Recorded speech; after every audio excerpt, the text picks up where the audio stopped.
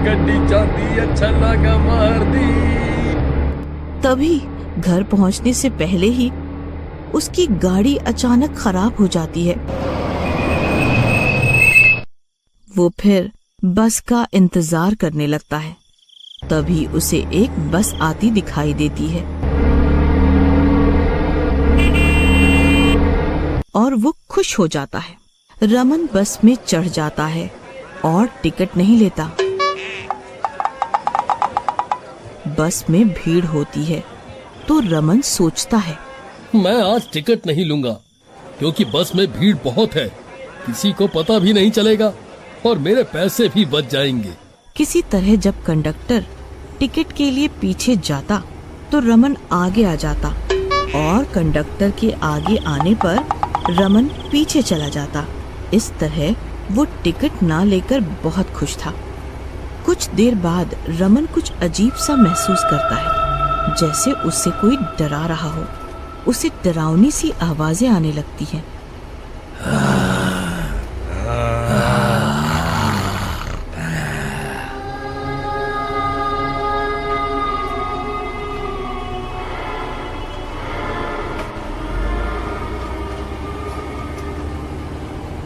कुछ देर बाद बस एक स्टैंड पर रुकती है। तब रमन उस बस के ड्राइवर से पूछता है, मुझे इस बस में डरावनी सी आवाजें क्यों आ रही थीं? ऐसा क्या है इस बस में? ड्राइवर उसे बस कंडक्टर की कहानी बताता है। इस बस में एक बार एक कंडक्टर को मार दिया गया था। किसने और क्यों मारा उसे? ये उन दिनों की बात है जब उस दिन हमारी बस हिमालय की तरफ जा रही थी। रात बहुत हो गई थी, सर्दियां भी बहुत थी। उस टाइम तो कोहरे से धुंधला धुंधला सा दिखाई दे रहा था। तो हम दोनों उस दिन बस को धीरे धीरे चला के ले जा रहे थे। तभी 4 आदमी आतंकवादी इस बस में चढ़े। लाओ, आप अपनी टिकट के पैसे दो।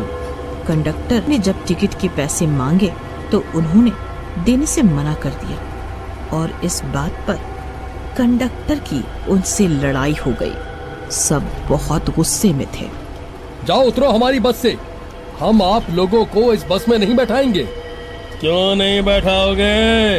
हम इसी बस में बैठ कर जाएंगे। तुझे जो करना है कर ले। क्या करोगे तुम मेरा? मुझे मारोगे क्या? ज्यादा बकवास ना कर, वरना ये चाकू देखा है, एक बार में आर या पार। चुपचाप जा यहाँ से, वरना मारा जाएगा। हमसे मत उलझ। चल चल, ये धौंस किसी और को दिखाइयो। अभी के अभी उतरो यहाँ से, वरना पुलिस को बुला देंगे। अभी तुम गुंडे हो गए अपने घर के, यहाँ डराने की जरूरत नहीं है। गर्मा गर्मी में बहस छिड़ जाती है और नौबत हाथापाई तक पहुँच जाती है। बस रोको, ये आतंकवादी बस में घुस आए हैं और बिना टिकट लिए ही बैठना चाह रहे हैं। अगर बस रुकी तो तुम सब के सब मारे जाओगे। ये बस अब हमारे अंडर है, बस नहीं रुकनी चाहिए।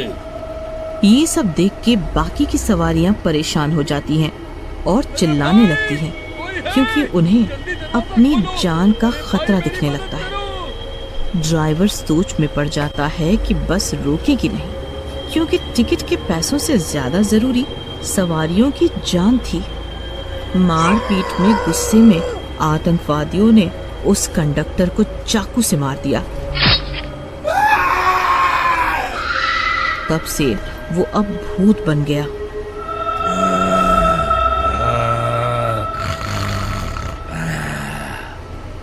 और तब से उसकी आत्मा इस बस में रहती है।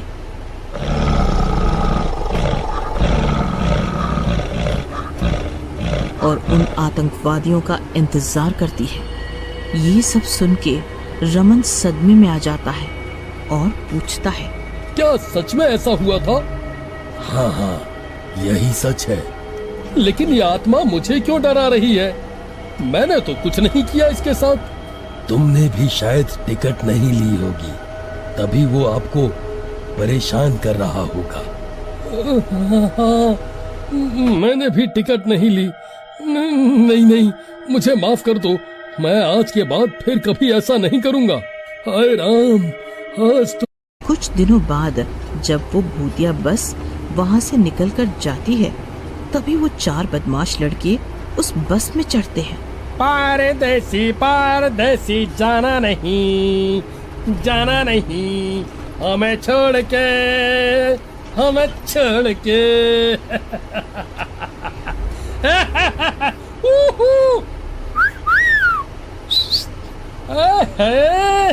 और बस में बड़ा ही शोर शराबा करते हैं, हंसते हैं और सबको परेशान भी करते हैं। लाओ भाई, आप चारों भी टिकट लो और उनके पैसे दो।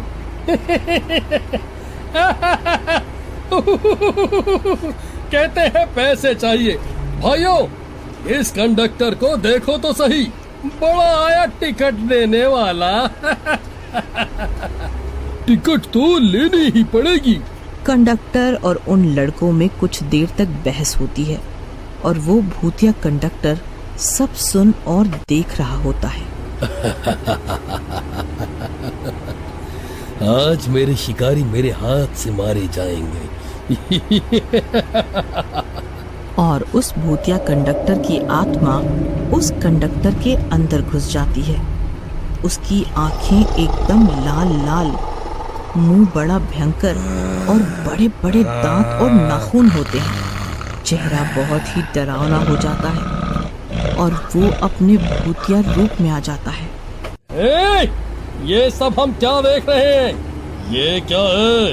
ये तो कोई भूत है। ये तो हमें मार ही डालेगा। नहीं, हमें कोई बचाओ, बचाओ, इस भूत से कोई तो बचाओ। याद करो वो दिन जब तुम सब ने मुझे इसी बस में बारी बारी से चाकू से मारा था।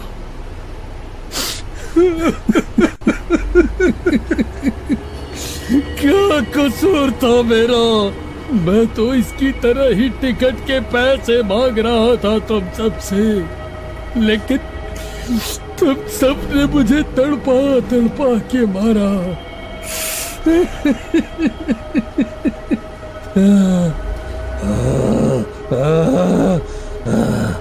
आज मैं तुम्हें जिंदा नहीं छोड़ूंगा।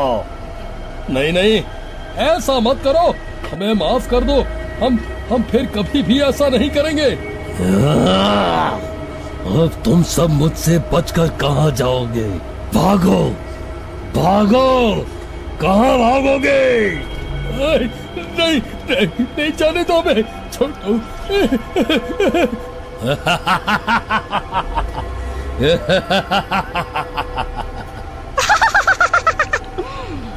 बस चलती रहती है और भूत उन बदमाशों का पीछा नहीं छोड़ता, उनको बहुत मारता है। नहीं नहीं, अब हमें छोड़ दो।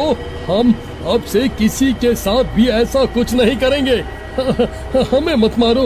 नहीं, आज तो मैं तुम सबको नहीं छोड़ूंगा। तुम्हें मार कर ही तो मुझे इस आत्मा से मुक्ति मिलेगी। इसी तरह अंधेरा हो जाता है। जोर जोर से बारिश होने लगती है, बिजली कड़कने लगती है, लेकिन बस नहीं रुकती। वो अपनी रफ्तार में चलती रहती है। कुछ देर और चलने के बाद बस एक पहाड़ी पर जाके रुकती है और सुनसान पहाड़ी, भयानक आवाजें और साए साए हवा चलने लगती है। घना अंधेरा छा जाता है।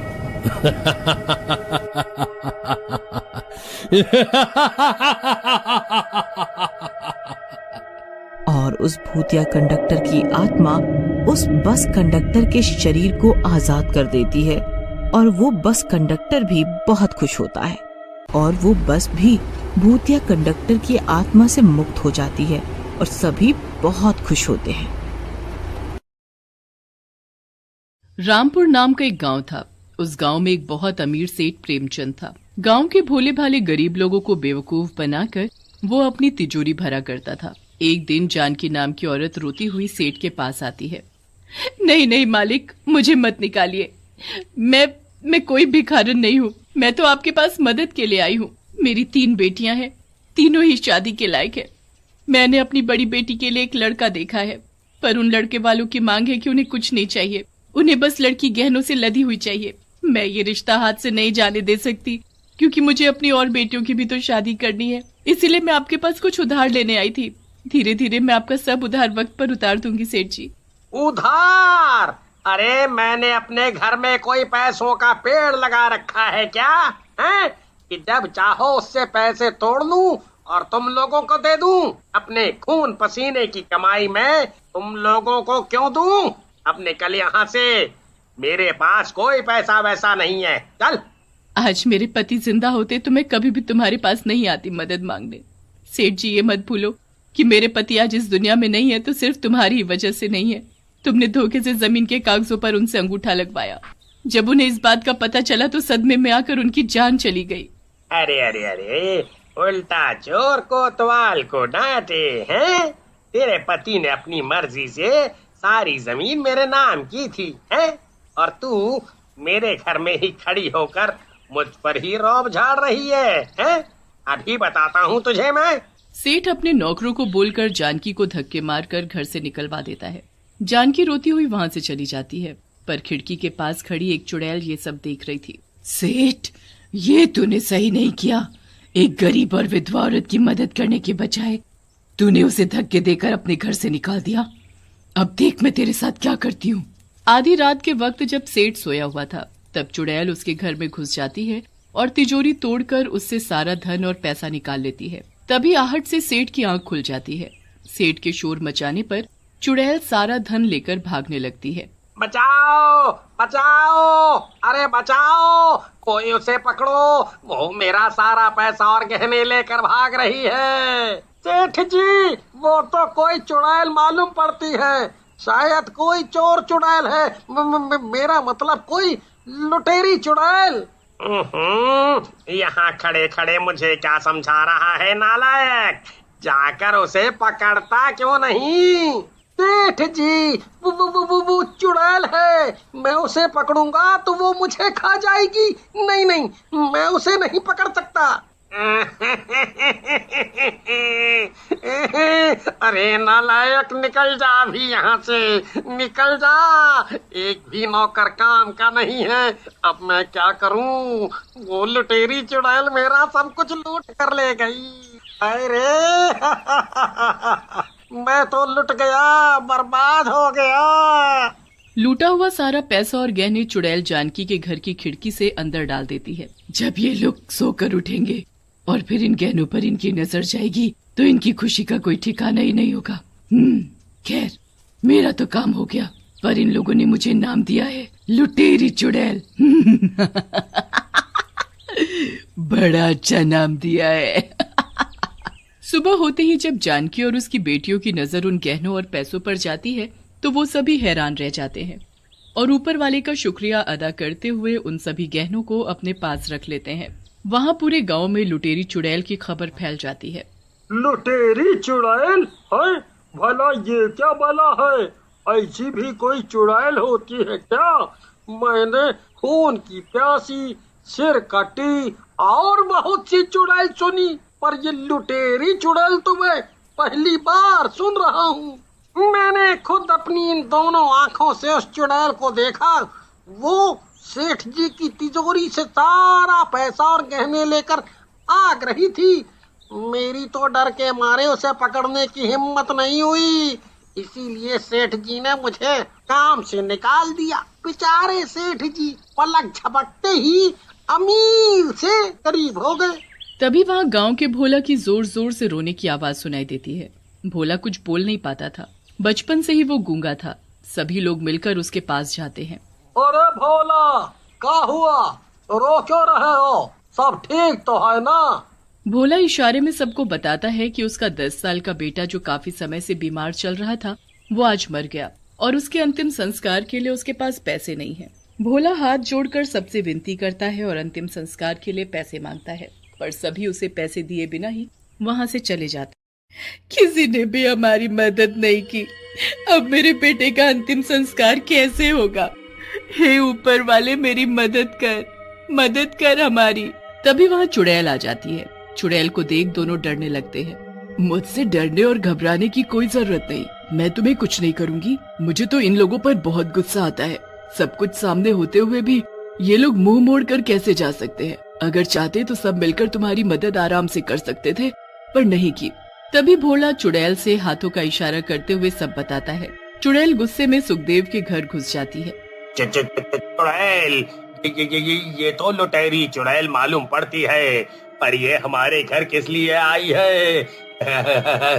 हमारे पास नहीं है, हम तो पहले से ही बहुत गरीब हैं।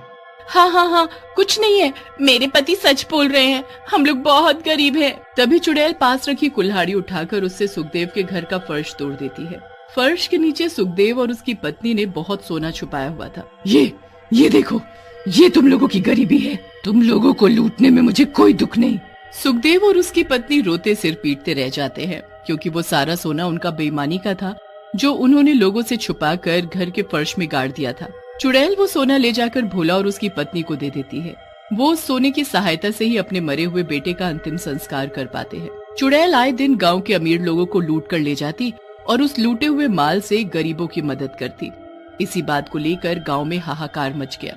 पूरे गांव पर उस लुटेरी चुड़ैल ने कब्जा कर लिया है। वो कभी भी गांव में घुस आती है और हमारी मेहनत की कमाई लूट कर ले जाती है।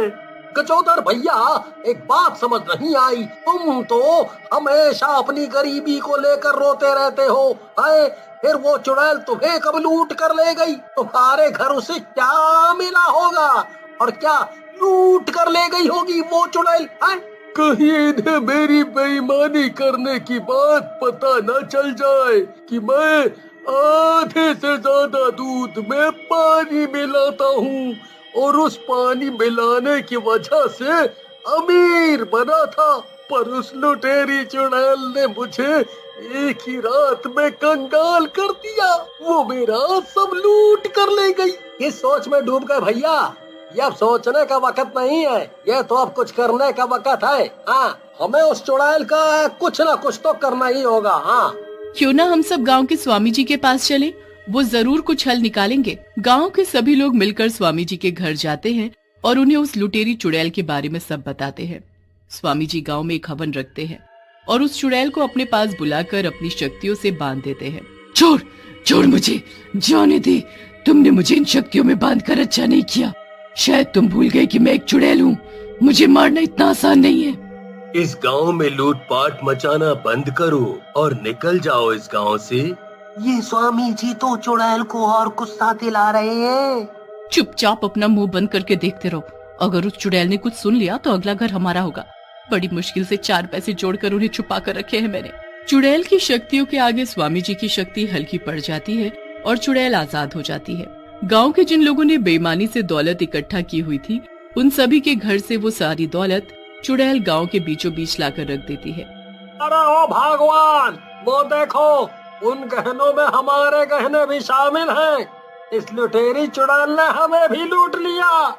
अरे सालों से जो छुपाया था वो सब